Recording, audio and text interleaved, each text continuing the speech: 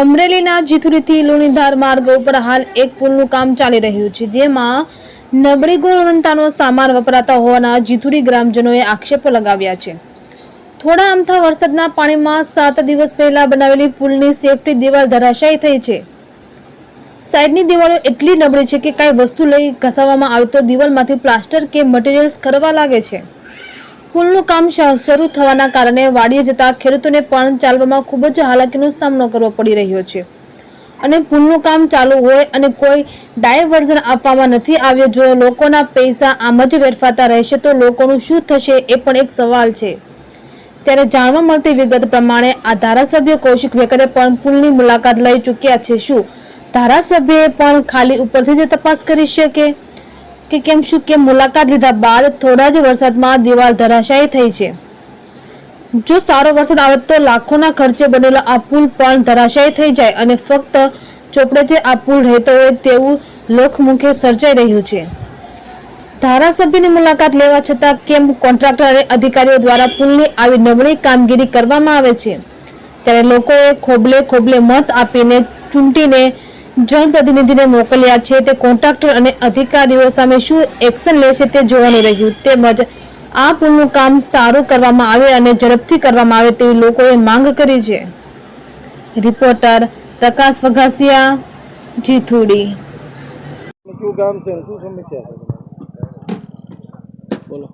Hello, Bhupatbhai Desai हूँ बोलूँ छूँ, गाम जीथुड़ी वतनी। अमारो वाड़ीनो मार्ग कायमनो छे, त्यामां हलाय एवुं एक વાર છે नहीं।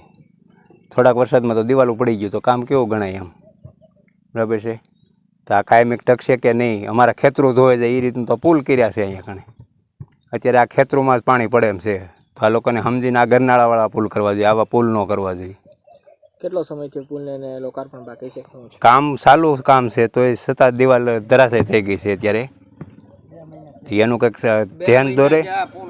2 મહિના ઉપર થયું કામ ચાલુ છે, હજી કામ પૂરું નથી થયું। ચોમાસામાં અમારે વાડીએ જવું કેમ જવું? અત્યારે જો આ સનેડામાં ખાતર ભરીને અમે આવીએ છીએ અને હલાય એમ ક્યાંય છે નહીં। ડાયવિઝન એવો નથી, બેમાંથી એક વાર। મારું નામ નંદલાલભાઈ છે, હું જીથુડી ગામનો રહેવાસી છું। અને આ પુલની પરિસ્થિતિ જો માણસ ચાલે એમ કે જીથુડી ગામનો પુલ કેવો બનાવેલો છે એમ। અત્યારે જરાક પાથર લ્યો 100 ગ્રામનો તોય પથ્થર દિવાલમાં મારો ને તોય નીચે આવે બધું। અને પહેલા વરસાદે તો બધું તૂટી ફૂટીને લુણીધારના પાદરમાં પૂજી ગયો સામાન। વિચાર કરી લ્યો તમે, આ બાંધકામ કેવું કરેલું છે? કોઈ કહેવાવાળું નથી, કોઈ જોવાવાળું નથી। મીડિયાવાળાને બોલાવી તો એ માણ આવી ગયા એટલે અમે આ બહાર જાહેર કર્યું, નકર તો આમાં કોઈ આવે એમ જ નહોતું।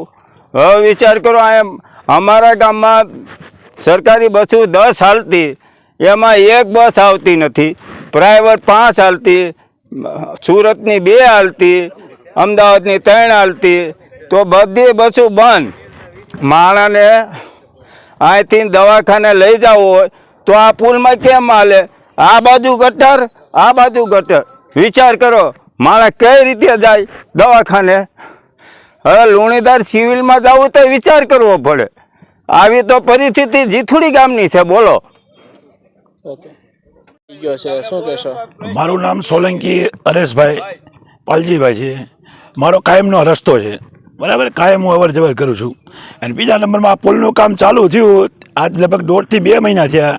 હું કાયમ જોઉં છું, કાયમનું કામ નબળું જ છે અને કામમાં ઢીલાસ પણ બહુ છે। આજે નદી નથી આવી તો પુલ તૂટી ગયો છે અને આ કામમાં એટલી બેદરકારી થાય છે, કાયમ અમે જોઈએ છીએ।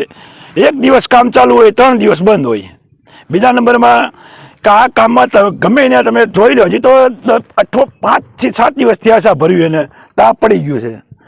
અને અઠવાડિયામાં 2 દિવસ, 1 થી 2 દિવસ જ ચાલુ હોય કામ। એટલું ઢીલા અમે 2-3 વખત ટકોરે કરી હતી, આપણે આપણે સરપંચશ્રી અને અમે 2 ટકોરે કરી હતી, નીકળ્યા હતા। રસ્તો હલાય એવો નથી, ગાડી ચાલો એવી નથી।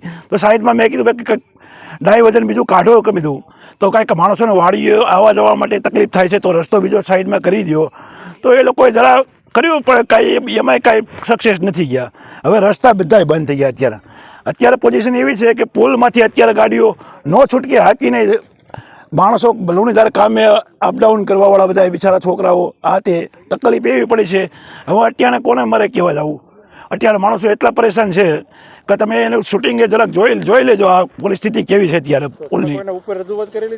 હજી કરી જ નથી. અમે અહીંયા કામ કરતા એ લોકોને જ કીધું હતું ભાઈ કે તમે આ અને 2 મહિનાથી કામ ચાલુ છે ને કા ઉતાવળ રાખ્યો તો અત્યારે કીધુંનું પૂરું થઈ ગયું. હજી તો ઉદ્ઘાટન થયું, કોઈ વસ્તુ નહીં થાય, બધું પેક થઈ ગયું છે.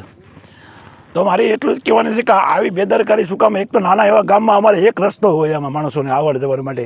હવે અમારે આ રસ્તો બી અમારે કામકાજ કોઈ વાડીઓના રસ્તા હોય, કેટલી પોઝિશન અત્યારે ખરાબ છે તો અમે જ જાણીએ છીએ.